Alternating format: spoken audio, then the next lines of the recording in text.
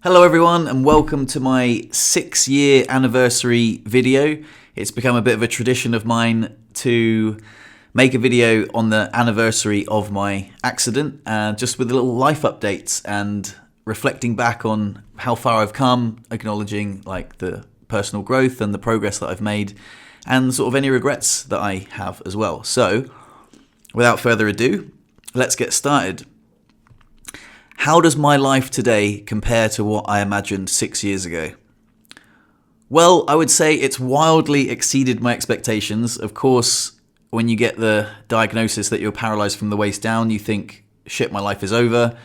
And in a way, you do have to mourn a certain loss of, you start a new life, really, from that point. And you think it's going to be shit. And there are certainly a lot of complications, but overall, I'm very happy. I'm very content. I am a lot more independent than I thought I was going to be, for sure. I definitely thought I would need help doing everything. Everything was so hard at first, and now everything just is just normal. My new normal, whether it's bladder or bowel routines or all these other things, they just become second nature, and you just get on with life. So one of the things this year, which has been really cool, is that I've got a girlfriend, Christina, and she is awesome. Like, we're really, really happy together. Another year of like wonderful bonding together and just really nice stuff. And I got to meet her parents recently, which was really cool. And I guess meeting the parents when you're in a wheelchair feels like it was a little intimidating. But I think I made a really good impression. They speak Spanish and they don't speak English. But her mum luckily speaks French quite fluently, and I'm good like conversationally in French. So we were communicating, but it wasn't the same as like communicating natively. But that was something I was really proud of, that I made a good impression with them. Although saying that, there were a few challenges. Like, for example, around New Year, I wanted to go out they wanted me to go out and see the fireworks with them. But realistically, the snow was really bad, and it was slushy. It's really hard to push the wheelchair in the snow. And also I had work the next day, and I kind of just sacked it off. And I really didn't want to go out because there was going to be drunk people and crowds, and I didn't want to be pushing through the slush just to, see some fireworks. But at the same time, I realized that if I wasn't using a wheelchair, I would have done. It wouldn't have been that much of a barrier to entry for me to just be like, yeah, sure, I'll come along, just, and watch it and come home. But it was like, I'd have to find a parking space that was like really close to the square. So, I didn't have to push my wheelchair very far. And I don't know, it was just one of those barriers that I didn't want my girlfriend's parents to see me through that lens, because I see myself as super independent, which is really cool.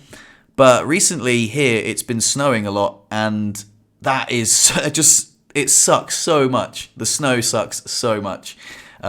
When you see it through the lens of a wheelchair user, it's taken away a lot of my independence, which I guess me needing help is not a lens I want them to see me through. And it's not often a thing, I'm fiercely independent. Since my accident, I've been really grabbing life by the balls. I can do everything really, apart from when it snows. I do need help. And there were walking the dog, for example, I couldn't join them. And there are ways that I could do, you can get like big tires for your wheelchair and like put the freewheel on and stuff like that. But there were just, if you come in summer, man, I'm like active. I'm out all the time. I'm getting out loads in the summer. It's quite nice. But come like when it snows, it was difficult for me to accept that there were a lot of limitations on my life. And so I guess in a way, like, yeah, I'm happy, but like my life 6 years ago, if it was comparing, and I'm going to be completely honest here, sometimes it really sucks, sometimes there's a side to it where, I feel like sometimes it's taken away my vitality. I look outside and the snow used to be my playground, and now it's like my prison. It sucks so much, being a snowboarder, like a previous snowboarder, powder days were the tits for me, you know what I mean? Just the absolute dream. I loved it when it snowed, and now it's the opposite. I hope that it rains, and I know it sucks for everyone else, but I'm like, yeah, please be rain, at least, the rain doesn't freeze and turn into slush and stuff like that. So that's something that is been challenging for me recently. Although saying that, I did make a good impression on Chris's parents. They were here for Christmas, and we exchanged gifts, and they saw how much that we loved each other, which was really nice. I entertained with them with some magic tricks, which was really cool. It was something like I love doing. Like, it's just such a wonderful thing to share. And yeah, so I think honestly I left a really good impression. But one of the things I guess I'm insecure about is I don't want them to ever think, oh, wouldn't it be cool if Chris's boyfriend, wasn't in a wheelchair, then he could come to the woods with us, go on hikes with us, and come to see the fireworks with us. And I don't ever want them to think that. I don't think that they do, but it's one of the things that crosses my mind. And yeah, so that's been a bit tough for me recently. What else have I got here? If I could go back to my first year after the accident, what advice would you give yourself? Okay, that's a good one. I would say be patient, because things seem easy when they're in the rearview mirror. Like, I've been injured 6 years, and of course I would say to my previous self, don't worry about it, mate. You know what I mean? You'll be fine. It's going to be hard. You'll be patient. Like, it will take time, but it'll be a breeze, mate. Like, you'll look back and it'll be like, oh yeah, people will be really impressed at what you've gone through, but through the rearview mirror, it will look easy. And that is, I guess, to be honest, that's actually quite profound advice for myself right now, because I think some of the things that we're dealing with at the moment, like, for example, looking forward, I have to move out of this place, and I love this place. I feel like it's my home, but unfortunately, due to basically Martine's sister wants to move in, and she owns half the property, which is absolutely fine. So I've been told that, they're not going to renew the lease. And that is, like, again, another thing that, like, is undesirable for me, just like becoming paralyzed. I wouldn't choose this to happen because I love it here. It's a very nice wheelchair accessible apartment, dog friendly, it's really bloody nice, right? It ticks a lot of boxes. And Chris and I were going to move in together here.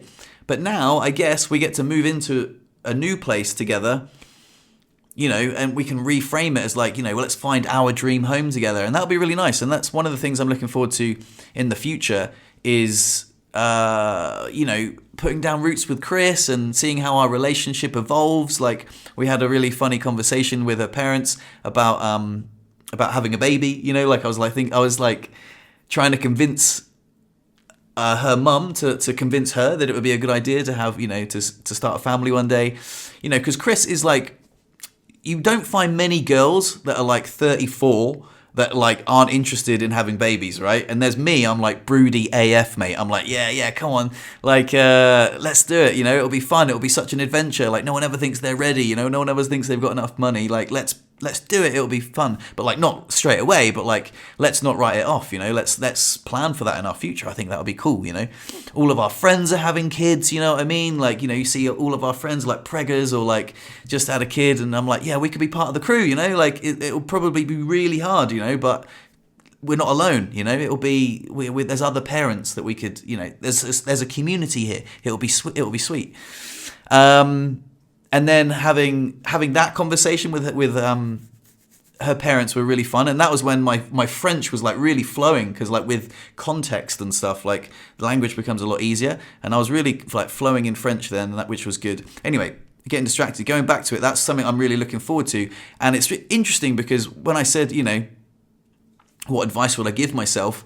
I'd say, everything looks easier in the rearview mirror. So basically what I can take from that is like, whatever my future has in store for me, it will look easy one day, and I'll just be like, oh, what were you worried about, because I was actually really worried about like how I was going to communicate with Chris's parents, with them not speaking English. And then like, of course, now that's in the rearview mirror. I'm like, we had a great old bloody laugh, didn't we? We communicated with a fourth language, the language of love.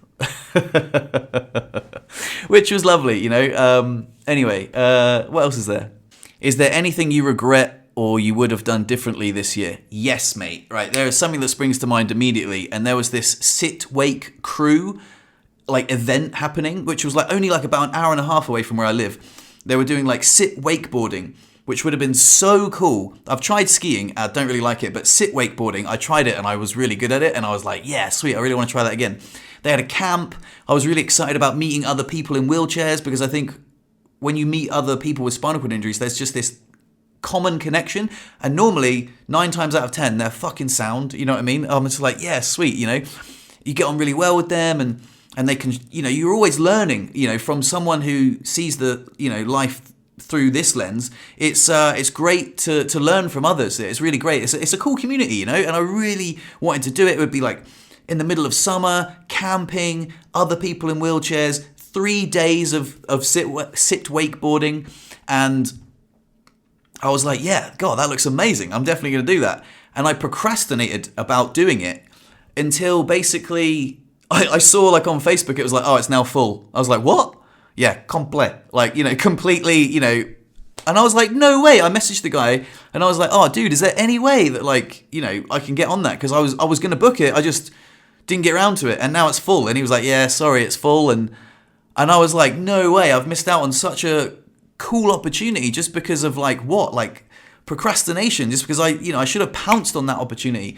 That's one of my biggest regrets this year, is something that I think would have, like, paid dividends massively. You know, it would have been really cool to, like, plant seeds over there with the other members of the community, because I think that's so rewarding, you know, like, and then there'll be other adventures, you know, that can piggyback onto those ones, and yeah, it would be really fun. I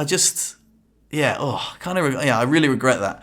I tell you what, the other thing I regret is, and this is probably a more universal thing, looking at my phone too much. I mean, I'm sure if you're watching this in 2025, you can probably relate to this. But yeah, I look at my phone way too much, and it is annoying. It's a really unattractive quality. Chris doesn't like it, and I don't like it. I sometimes think I'm relaxing or educating myself, or, you know, passively watching YouTube in the background. But then it gets compulsive, and I'm scrolling like a fiend, you know, like an addict. And it's something that I really want to improve upon. And weirdly enough, the reason that I procrastinated about booking that bloody wake trip, because I was probably mindlessly scrolling on my phone like an idiot. So, like, those two things are connected probably. Like, and it's, yeah, I know it sounds like a first world problem, but, like, yes, like, scrolling on my phone, it is real. Sometimes it's a compulsive addiction that it makes me feel very unnourished, you know, like, first of all, it's like, oh yeah, I'll just, like, listen to a podcast, and then it just descends into just scrolling like a fiend, you know, give me the next reel, you know, it's gross, you know. So yeah, I don't like that, you know, and especially, like, and I know I don't want to, like, use this as an excuse, but being in a wheelchair, you know what I mean, like, gives you more free time to, like, idly scroll. And I know that sounds like an excuse, and it kind of is, but, you know, when I was snowboarding, I'd be like, oh, do you want to, like, get on the scroll, or do you want to go ride powder? You know, I'd be like, no, I'm going to go on an adventure. So when you can't do those things, and it's also a feedback loop, like when I feel sad or down, like, I use it as a digital pacifier, and then that creates a negative feedback loop, because then I'm like, oh God, I feel so rough because I've been looking at my phone so much, and then, like, yeah, it's the only way I can pacify myself. Anyway, it's a dark habit, actually, that I don't really like doing. And I think it's probably going to be one of my biggest regrets on my deathbed, is that I spent too much time looking at the bloody phone. But anyway, what else have we got? What's the one thing I wish people understood more about life with a spinal cord injury? All right, this is a good one. When people think paralysis, people think, just, you know, your legs don't work. Spasms, right? My spasticity is probably the worst thing about being injured. For me, I absolutely despise it. It is so awful having to wrestle with your own limbs. Like, if people just think, oh, just flaccid legs, that would be the dream. Trust me, flaccid legs, the dream. But instead, I've got this horrible muscle tightness that just, you know, they move involuntarily, you know, just... They've got a mind of their own sometimes. They're reactive if, you know, there's cold water, or, you know, sometimes in the shower, you know, like, you know, they go off if the water's too cold. And I struggle. I also struggled with that when Chris's parents were here, if I'm honest. There was one time when we went on the luge, which was super fun. I had a really great time. And when I say luge, it's kind of more like a roller coaster. And making the transfer in, was just so difficult. It's doable easily. Like, it's a transfer that I can do, and like, it's one of those things that, I'm quite strong. I can lift myself up. But yeah, just making that transfer so much harder was the fact that my legs were just so stubborn and rigid and bouncy. And then that also puts an added spotlight on me when other people see the guy in the wheelchair. They're like, oh, how's he going to get in? And I'd like to be like the cool wheelchair guy who just slides into the seat and just like puts his legs where they want to go. But instead I'm like wrestling with my bloody spazzy legs, and people see that, and I don't know what they think, but they just might think, oh God, that looks horrible. And like, I'm like, yeah, that is horrible, so. And also, it was tough when Chris's parents saw that, because I didn't want them to see me.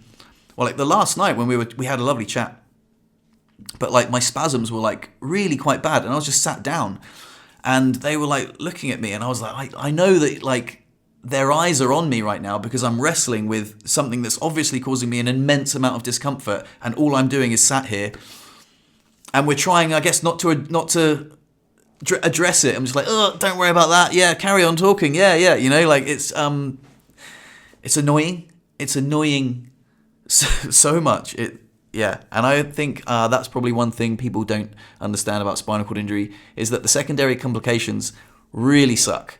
And that was, that's probably that. And also nerve pain. I don't actually get nerve pain that much, but people that suffer with nerve pain report that is something that they wish people knew. You got the old protein shake. I'll tell you what else I'm proud of. And this is going to sound a bit... Well, no, you know what? I am bloody proud of it. This year, I had a 170-day streak on a app called MyFitnessPal, so I was entering in all of my meals every day. Like, I'd weigh the amount of rice or chicken and stuff like that. And I would try and hit my macros, which are like protein, fat, and carbohydrates, like a certain amount. And yeah, Chris and I were on a huge fitness kick. I was going to the gym 3 times a week. I was swimming, and I'd counted my calories for 170 days. I lost 6 kilos. I was feeling like lean and quite muscly. And I also managed to do 21 wide grip pull-ups, and they were like strict pull-ups, with like straight arms, at the gym. And I didn't realize what an achievement that was. I actually went down a YouTube rabbit hole the other day, forgive me, but it was to do with people doing chin-ups. Like, there was this guy does a challenge, like, oh, come and do a chin-up, and you get $5 for every chin-up that you do. And there were like some big Marines guys on there, and there were like some strong fellas, and it was like a little highlight reel of the people, that could do it. And like the maximum they did were like 17. And I was like, holy shit, I've not seen anyone get up to 21. And I'm like, well, that's pretty cool. Like, I must be like in the elite level of like pull-uppers, and that's pretty cool to be that strong, like going to the gym and sort of almost accidentally getting buff, and like also accidentally getting like to like an elite level at something, like even if it's just pull-ups, which is, a fairly useless skill. Well, no, it's not useless at all. It's actually awesome. But like, I guess, I don't know, it was really cool. I was really, really proud of myself to be able to do 21 pull-ups. I shared a video on the internet, and like loads of people like commented. That was really nice. So that was really nice to I guess, a little bit of recognition. I asked ChatGPT, and ChatGPT told me that I was in the top 1%, which is pretty cool, right? And also, apparently 50% of men can't do one pull-up, which is wild. I thought that was even more like shocking. So yeah, getting buff, going to the gym, eating healthy, like looking pretty decent with my shirt off, is something else like has been that I'm proud of this year. The other thing that I'm proud of is the podcast. I started a podcast with Brittany this year. Brittany from Empowered Para. It's called Wheel Talk. We chat every week, and we've got an engaged community that chat, because we live stream it, so they're like in the chat chatting to us and answering questions, interacting, and that's super cool, man. That's like such a cool thing to have a community. I started a Patreon, which Brittany really encouraged me to do. She was like, yeah, do it. And then she signed up to it, and then other people signed up to it, and I started making videos over there, which are like kind of like these, but like I guess more personal and more frequent. And yeah, I've got like a little Patreon community, which is super rad. I'd never thought that would happen. Link in the description if you're interested. But yeah, I think it's really cool having that podcast community, and you know, Brittany's got a huge audience. So and also with my video going viral. Oh, I think I didn't even mention my video going viral. So for those of you that may have found my channel recently, I had a video, you know, 5 years ago from 2021 saying, oh, how I got paralyzed, you know, my story. And for some reason, it's had tens of thousands of views in the last few weeks since Christmas. And it's shone a big spotlight on my channel. And I've got loads of more subscribers, loads more engagement, loads of comments on old videos, which were really cool, really lovely and heartwarming, actually. People saying, oh, this video was really cool and really helpful. And, oh, I really loved this podcast with Eric Kondo, which you should check out because it's amazing. And I really loved that, you know, like the content I've created. I sort of stopped creating content for a long time. But then having this video blow up from 5 years ago, it's been really cool, and so yeah, welcome everyone who's new to the channel. Thank you, I really appreciate your really kind comments. They're super rad. They honestly fill me up. If I didn't, like, you know, give you a thumbs up or reply, just let you know, they bloody fill me up, mate. You know, it's really cool looking at the phone and then be like, oh shit, man, this video I made like loads, you know, like years ago is like helping this guy, or this conversation I had, you know, people are really appreciating that. So that's really cool. That's something I'm proud of as well, I guess. I guess I'm proud of my YouTube channel. And I think moving on, I think I'd like to upload more often. Maybe just, I kind of got this thing about like uploading videos that aren't like super helpful. I think every video I should upload should be helpful to the community. But then I realized there's probably an audience, especially if you're still watching this video right now, there's probably an audience for just these videos where I can just chat and people are just interested, you know, the life of Fred, you know. So anyway, I think I'm going to wrap it up. This has been really fun. It's been really off the cuff, and I've really enjoyed sharing. I wonder if I could leave you with some wise words. I think basically the thing that struck me most about this little mini podcast was what I said earlier about, you know, the advice that I would give myself. And yeah, I think that kind of had an epiphany, you know, mid video, that everything does look easier in the rearview mirror. And while even paralysis, right, can be easy, then I'm sure like anything that's coming up that's like a struggle in my life, which there are, you know, will eventually have meaning and purpose, and it will just be part of my story. So I think, if anything, that gives me relief to not worry so much. And I think maybe if that resonates with you, you shouldn't worry too much either, because, you know, even after the paralysis, you can be really happy. You can be content, and yeah, life still has its obstacles, but it's just kind of normal. So anyway, with that, love yourselves and each other. Peace. That was fun.